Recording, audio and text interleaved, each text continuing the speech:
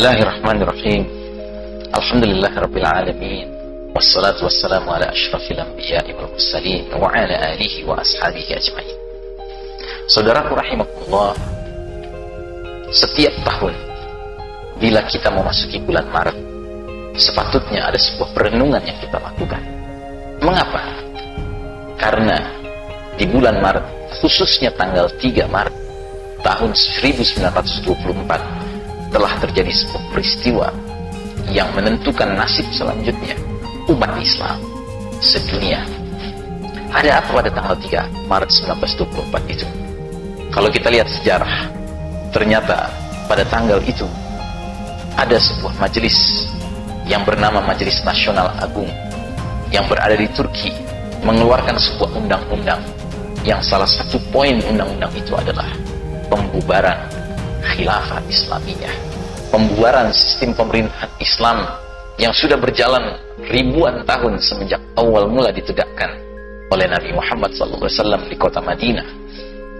Kemudian oleh seorang pengkhianat bernama Mustafa Kemal, orang yang berdarah Yahudi dan memang dididik dibesarkan oleh Yahudi dengan pikiran-pikiran Yahudi dan jiwa Yahudi, akhirnya melakukan sebuah tindakan pembubaran tatanan kehidupan umat Islam dalam hal bermasyarakat dan bernegara yang disebut dengan khilafah Islamiyah, untuk kemudian selanjutnya Turki menjadi pelopor mendirikan kehidupan bermasyarakat dan bernegara yang sama sekali berbeda dengan konsep negara akidah yang selama ini dikenal umat Islam.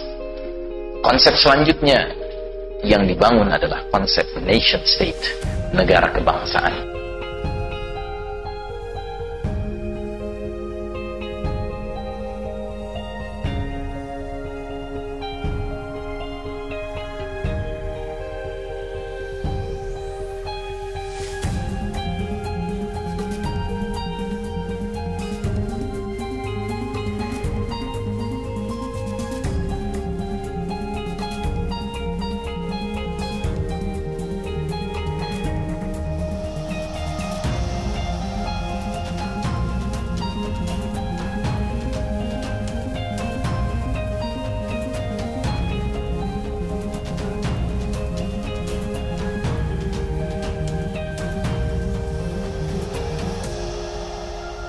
Bermunculanlah di berbagai sudut-sudut dunia Islam bedeng-bedeng milik bangsa masing-masing.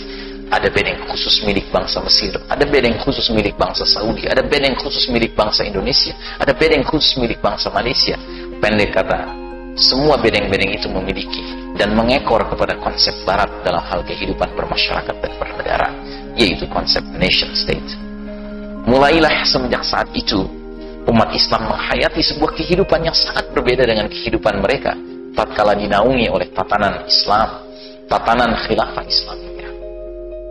Mulailah umat Islam bergeser, mengalami disorientasi yang tadinya senantiasa menyatakan atau meyakini bahwasanya wahdatul aqidah, kesatuan akidah merupakan sebab persatuan masyarakat luas di dalam tubuh umat Islam ini, kemudian bergeser menjadi mulai memahami, menerima, bahkan meyakini bahwa wahdatul qaumiyah, kesatuan bangsa, kesatuan kebangsaan itulah yang menjadi pemersatu masyarakat.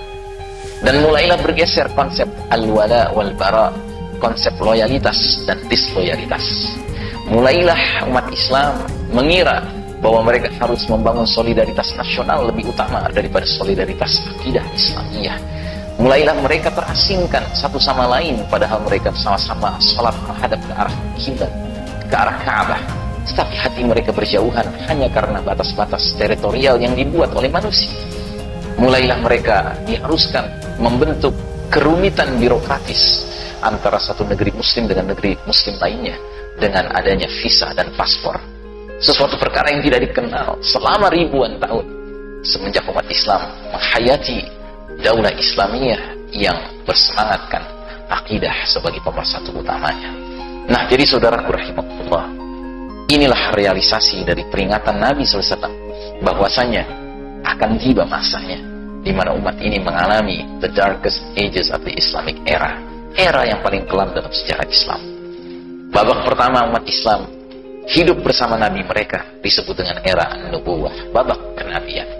Langsung Nabi Muhammad SAW memimpin mereka semenjak dari tidak memiliki apa-apa, semenjak mereka masih teraniaya di Mekah sebelum hijrah ke Madinah, sampai akhirnya Allah takdirkan mereka memiliki pengaruh, memiliki kekuasaan, memiliki kekuatan untuk membangun sebuah daulah Islamiyah dengan Nabi sebagai Ra'isul Daulah yang pertama, yaitu di kota Madinah Al-Munawwarah.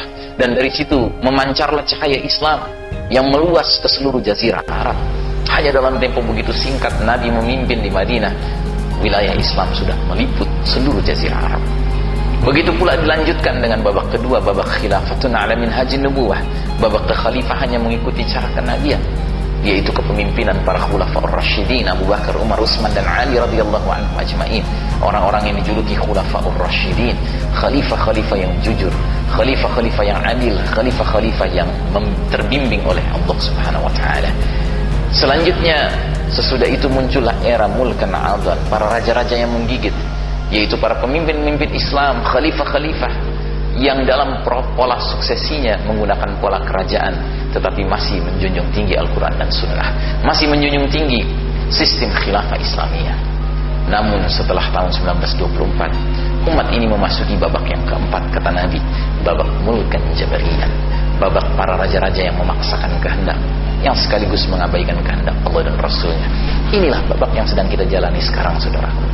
Babak di mana Allah mencabut giliran kepemimpinan umat Islam terhadap seluruh umat manusia, sehingga sekarang giliran kepemimpinan berada di tangan kaum kufar. Mereka langsung memimpin dunia ini dari Baitul Abyad, dari Gedung Putih. Itu pun bukan pimpinan yang sebenarnya. Di belakang layarnya Al-Yahud, Zionis yang mengatur mereka. Jadi saudaraku rahimakumullah, belum pernah umat Islam mengalami kepahitan seperti yang mereka alami sekarang ini. Dan sayangnya, saking lamanya perjalanan hidup di bedeng-bedeng yang asalnya sederhana, asalnya darurat ini, lama-kelamaan sudah mulai bermunculan saudara-saudara muslim kita yang merasa kerasan, merasa betah di dalam bedeng-bedeng itu. Bahkan sudah mulai lupa bahwa ini adalah rumah sementara. Sehingga ada yang mulai menyatakan, bedeng ini tampaknya sudah final, kita puas dengan bedeng ini. Mereka tidak ada lagi ghairah, tidak ada lagi kecemburuan untuk menegakkan rumah yang semestinya rumah syar'i milik mereka, yaitu tegaknya kembali khilafah ala minhajin nubuwah, tegaknya khilafah Islamiyah. Saudaraku rahimakumullah, janganlah tertipu. Kita masih hidup di bedeng-bedeng, kita masih tinggal di rumah-rumah darurat, dan hendaknya kita pelihara ketidakbetahan kita di dalamnya. Supaya apa? Supaya kita ingat kembali bahwa kita punya kewajiban yang doruri, kewajiban yang asasi, kewajiban yang prioritas, yaitu menegakkan kembali tatanan Islam yang semestinya, al-khilafah al-islamiyah, dengan akidah sebagai pengikat utamanya, bukan selain itu. Demikianlah. Assalamualaikum warahmatullahi wabarakatuh.